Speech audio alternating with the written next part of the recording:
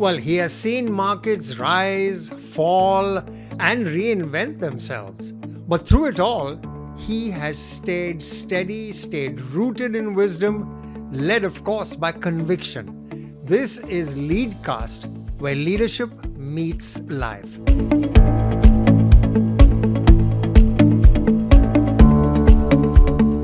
Markets teach you patience, but more than that, they teach you perspective. Early in my career, I thought success meant mastering numbers. Over time, I've learned it's really about mastering temperament. Finance may be a number game, but leadership, that's about trust, clarity, and staying curious.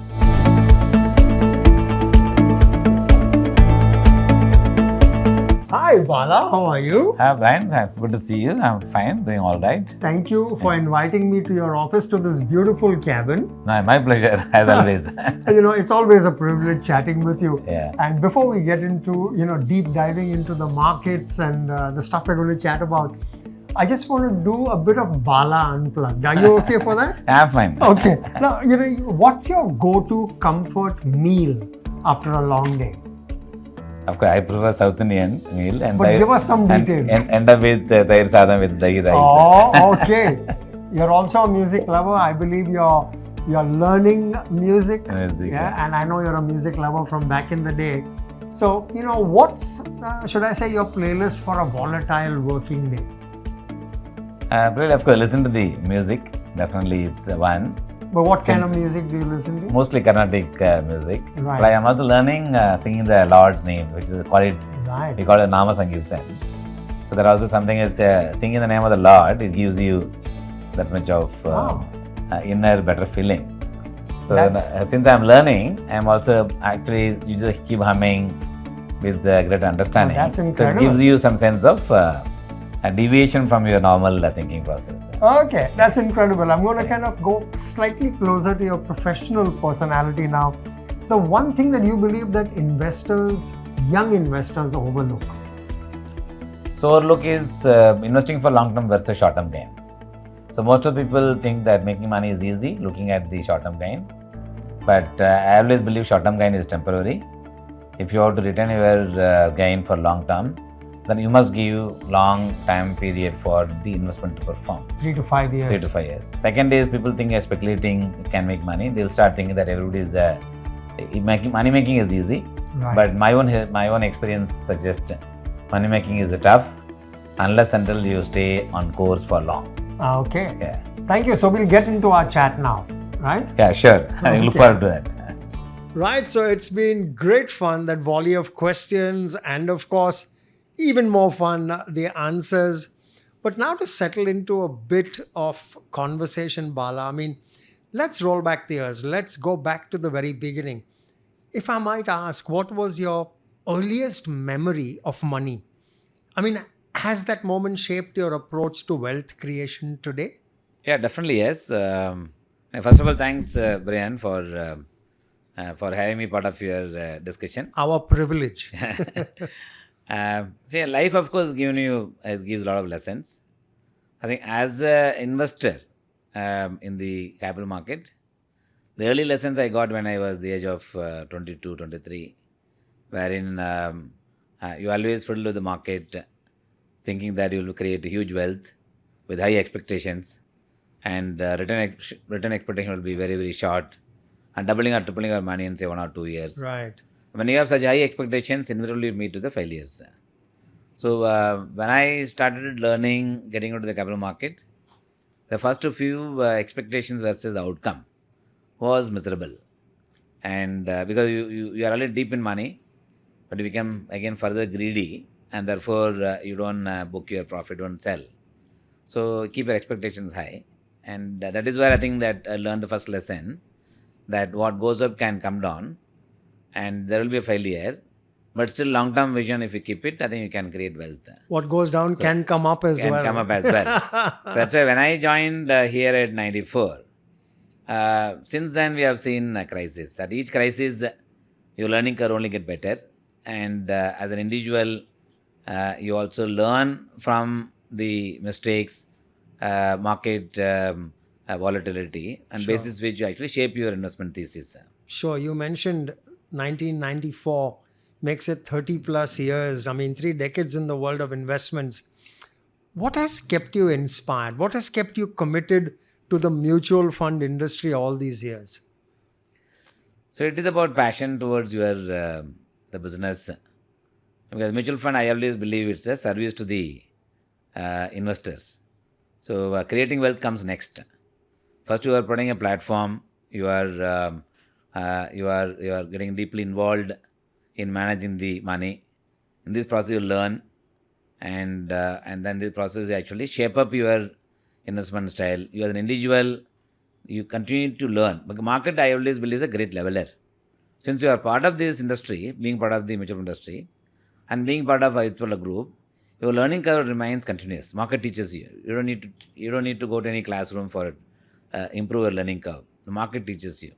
So that keeps you actually going all the times. That you have to come back with a great amount of commitment. So be at it, stay at it, and continue to learn, and continue to be passionate about building this business, and deep involvement. I always believe one of the firm belief that I have, platform is provided to you. It is only a question of how do you use the platform. So I used to believe AdityaBirlaGroup is a platform, good brand platform. You have been given the responsibility to use the platform to build the business.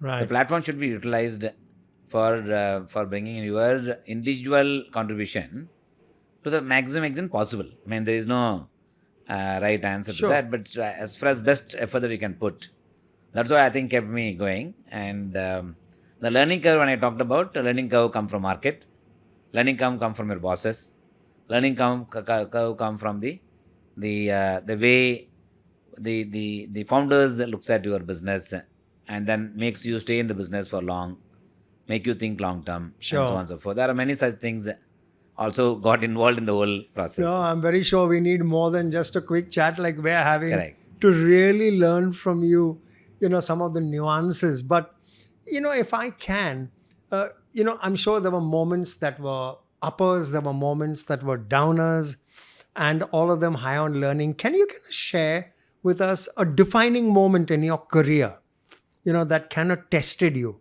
where you were really, back to the wall, and what did you learn from it? So, of course, I can quote many, but I'll take one incident in particular. I think 2009 crisis, which is the global financial market crisis, that hit the world. Right. And all of us being a finance professional, being in the mutual fund industry, I think you are feeling the impact of the global financial crisis directly by yourself, because you see if the market falls, directly correlated to you. The market rises, it directly correlated to you, because we are on the market day-to-day basis.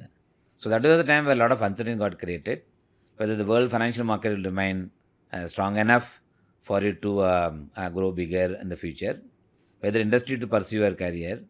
At the same time, the firm in which you are working for will be able to actually manage the whole crisis situations effectively, and therefore you come out as a winner.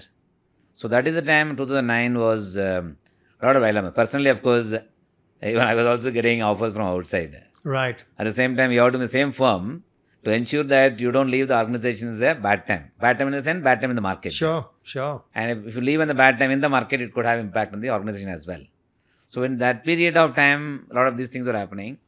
Definitely, I think what helped us is the represent the brands. I used to go to the market because to meet redemptions, you have to borrow from banking industry, you have to sell your assets. I used to go and knock the door of LIC and SBI. So one of the things which became easy for us is when you carry the brand, the brand, the door opens very fast. So then when the door is open, it is up to you to actually strike the deal. Sure. So if the door doesn't open, then you can't strike the deal, right? Which helps you open the door is a brand. So that is why I always tell a lot of people, the impact of the brand will always come during the crisis time. But as a manager, you have to use it to your advantage and ensure the business is actually run effectively. We used to run from pillar to post looking for some solution. Solution never used to come because it used to take almost about, it took about 35-40 days to find a solution. It hit the market in September. All of us know 14 September, it is known in the history. It's a Lehman Brothers collapse day. Right. From September, it went on till November. So during the period of 1.5 months, uncertain period, you have to stay on course. You have to ensure that you do the right things. You also take proactive steps, and you can't react. You have to ensure that customers are handled, and your brand image is kept. For me, more than anything else, reputation is very important. So then you have to uphold the brand during the same times. And that is the time I felt we have to do our work, but something comes in handy for you, which is the brand. In fact, I must admit, we have to knock the door of Mr. Birla also to take his help, which he did provide. Right. Which he did provide on one particular day. He had to make one phone call. That one phone call was enough for me to manage the situation, no problem. And in all fairness, to all his humility, he did provide the support. Then we took on. So this is a big defining moment to realize the reality of the life and how we can manage things in a tough time. And if you do well on a tough time, then naturally it helps you do better in the good time. Now that speaks, a lot for your leadership, and I don't think any of us need convincing about your leadership. Now, we also know that you are spiritually inclined, and happily so. I mean, how has spirituality influenced your leadership style, your decision making, for instance, or the way you look at success? What role has spirituality played in all of these areas for you? See, spirituality has come from right from childhood days. And I used to go to Padasala to learn basics of Vedas. Right. So you finish your schooling, then go in the evening, 6 to 7, attend the class and come back. See, it's all mug up and recite. Right. So reciting mantras, especially for puja and other things, that became part of our extracurricular activities. We never used to think it is spiritual. It's part of the extracurricular activities which I would learn as part of your upbringing. So that gave me a sense. And second is, of course, you look at your parents and then they do prayers and so on and so forth. That actually gave me a sense of more association with that. So spirituality definitely gives me a sense of calmness. It keeps you grounded. It makes you realize life is not that easy. At the same time, it's not tough. Only we have to play it as it comes. And so it keeps you also grounded all the time. Yeah, I've had the privilege of knowing you for a long, long time. And I can't help but say this, that you seem and you are such a balanced professional. I mean, and when I say balanced, it drives me to, the often spoken work-life balance. People often talk about it, but you've spoken about work-life integration, which is very intriguing to say the least. I mean, what does that mean to you personally? So I don't differentiate work and life because both have to go hand in hand. Whether it is personal life, professional life, for me it remains the same. Invariably, you end up giving 80% of your time for work, 20% of time you give for your life. The ratio can differ from individual to individual. Therefore, I never thought about differentiating this. The reason I am saying is I used to have a 7 days working policy for myself personally. And then work-life balance becomes, it's completely out of track, right? So I never used to think like that. You work, Saturday I work, Sunday I used to work. Oh, there's a wonderful statement you make about, not separating work and, regular life. But sometimes the world around you, be it individuals or generally the world around you, tend to remind you that you need to draw a balance. But, as a leader, I know and I'm very sure that you've seen multiple market cycles, right? I mean, booms, happy times, crashes, not so happy times, recoveries. How do you remain calm? How do you remain composed through market volatility? It's not easy, I know that. And what advice, importantly, would you give young investors? See, one other thing that I'm a firm believer, often we discuss about managing risk is important. Maybe managing risk comes next. Being agile. Agility is more important. That means you are tracking of various happenings, which will impact the sentiments, which will impact the portfolios, which will impact day-to-day functioning of the company. Therefore, being on top of the job and ensuring what are the things that actually affecting that period of that moment, the sentiment in the market. So if I track it, then only the question of taking a call. So during these kind of times or uncertain times, you cannot also keep quiet. You cannot keep quiet. At the same time, you also cannot keep worrying about it. Both the side is wrong. If you keep worrying about it, never find a solution. You can't lose your cool. Because we deal with money and public money. We deal with the market, which is completely unknown animal. Second, what keeps me cool or maybe relatively better is sometimes we try to find solution for unknown stuff. So if you try to find a solution for unknown stuff, for which you don't know an answer, and you want to seek an answer from an external world also, nobody will give an answer. That means you are actually putting yourself in a difficult position to find an answer for something which is unknown. Therefore, that period of time, you play it as it comes. You make it sound so easy, Bala. I'm so sure it isn't. I mean, and I'm sure there's something that you hold on to. Is there a personal ritual, a habit that you follow every day? I mean, it could be a walk or exercising. It could be prayer.